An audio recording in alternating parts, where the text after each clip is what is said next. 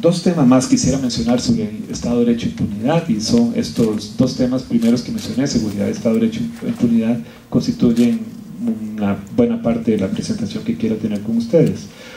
Dos aspectos sobre privados de libertad.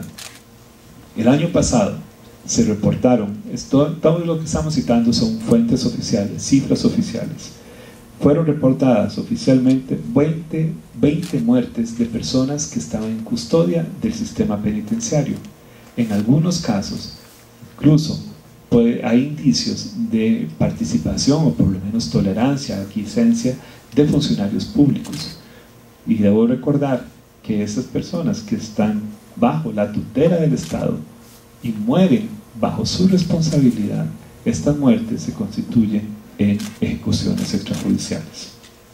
Sin embargo, más allá de esos 20 casos que son alarmantes, quisiera resaltar un aspecto que pasa fuera del radar de todos nosotros, y es que existen personas que están, en principio, todas las personas privadas de libertad deben estar detenidas en lugares de detención legalmente establecidos. Pero yo quisiera resaltar algo. Existe, según cifras que hemos podido recabar y la observación extensa que hemos hecho durante el año pasado y principios de este, 1.127 personas que se encuentran detenidas bajo la autoridad de la Policía Nacional Civil, en lugares que están fuera de cualquier marco legal regulatorio y, dicho en palabras simples, son centros ilegales de detención.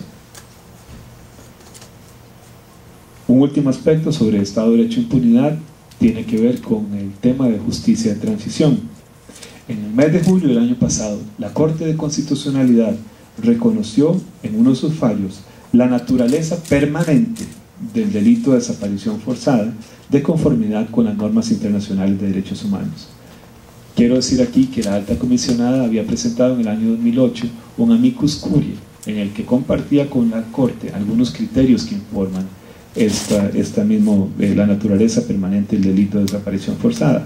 A partir de ahí, el año pasado, el Tribunal de Sentencia de Chimaltenango y posteriormente el Tribunal de Sentencia de Chiquimula emitieron dos fallos por medio de los cuales fueron condenados un ex comisionado militar y posteriormente un ex coronel del ejército por su responsabilidad en violaciones graves de derechos humanos cometidas durante el conflicto armado. Se refería en estos dos casos a delitos de desaparición forzada. En las recomendaciones quisiera rescatar nada más 2 o 3 cosas importantes en recomendaciones que la alta comisionada hace en el tema del Estado de Derecho e impunidad.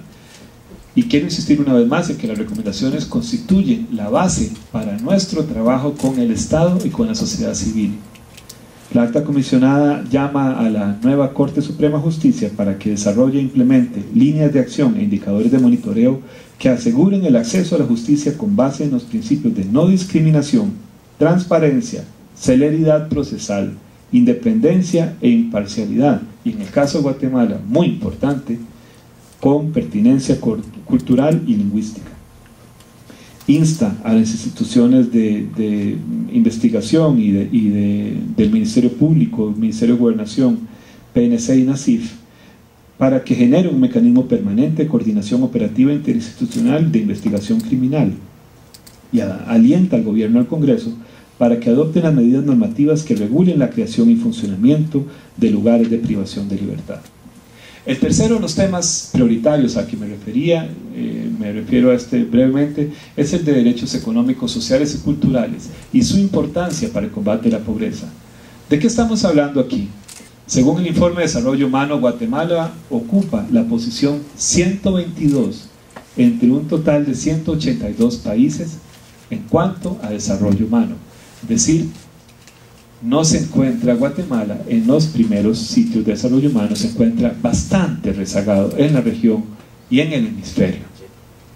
El 50.9% de la población se estima que es pobre y el 15% de la población vive bajo la extrema pobreza.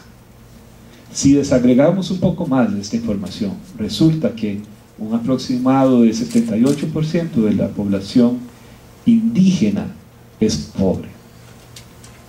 La desnutrición afecta a por lo menos 2.1 millones de guatemaltecos. Y en este lindo país se siguen registrando altos niveles de desigualdad. Por ello, la alta comisionada mira como una señal positiva el incremento del gasto social que ha promovido este gobierno, y particularmente lo que se vio a partir del año pasado. Esto incluye el uso de algunos programas como la transferencia condicionada de fondos. Este vuelco hacia atender estas necesidades sociales apremiantes permitió garantizar medidas como la gratuidad de la educación. Sin embargo, la alta comisionada insiste en que es esencial que a estos programas sociales, que es esencial la transversalización progresiva de principios de derechos humanos en estos programas sociales. Y cuando hablamos de transversalización de principios de derechos humanos, estamos hablando simplemente de que a esas muy buenas iniciativas hay que agregarles, integrar cosas que se llaman publicidad, transparencia, rendición de cuentas. Y esto nosotros lo hemos hablado en nuestro diálogo permanente con el sector de gobierno, lo hemos hablado en foros públicos y en eventos privados. Esto es una garantía para el blindaje de estos programas. Y además permite cumplir con un instrumento legal que fue aprobado recientemente, que entró en vigencia el año pasado, que es la Ley de Acceso a la Información. Un tema que también preocupa en este campo de la discriminación y el combate a la discriminación es el bajísimo número, el limitado número de denuncias y sentencias condenatorias por discriminación. Ustedes tal vez se sorprenderán al saber que entre el año 2002 y el 2009 fueron presentadas un total de 412 denuncias por discriminación, que es un delito conforme al Código Penal. De esas 412 denuncias, al 31 de diciembre del año pasado, solamente en 4 de esos casos se produjeron sentencias. Aquí hay un desafío enorme y la oficina trabaja conjuntamente con DEMI, con VIDRA y el Ministerio Público para incrementar su capacidad de denuncia y sobre todo de tramitación de estos casos por discriminación. El último tema que quisiera mencionar relacionado con discriminación es el de conflictividad social. Y es que registramos el año pasado un asunto que ha mencionado la alta comisionada en años anteriores, y es que persisten conflictos sociales que son principalmente relacionados con la explotación de recursos naturales en comunidades indígenas, que resaltan la necesidad urgente de que el Estado adopte una política integral que garantice plenamente los derechos individuales y colectivos, en particular de los pueblos indígenas, especialmente en relación con la explotación de recursos naturales. Asimismo, la alta comisionada exhorta al Estado a adoptar medidas urgentes, precisas para prevenir y resolver las situaciones de alta conflictividad social y abordar el problema de la impunidad en casos de racismo y discriminación de manera integral y efectiva. Urge también al gobierno a emprender a nivel interinstitucional y con la participación de los pueblos indígenas un esfuerzo renovado para trascender la visión monocultural de la justicia. Muchas gracias.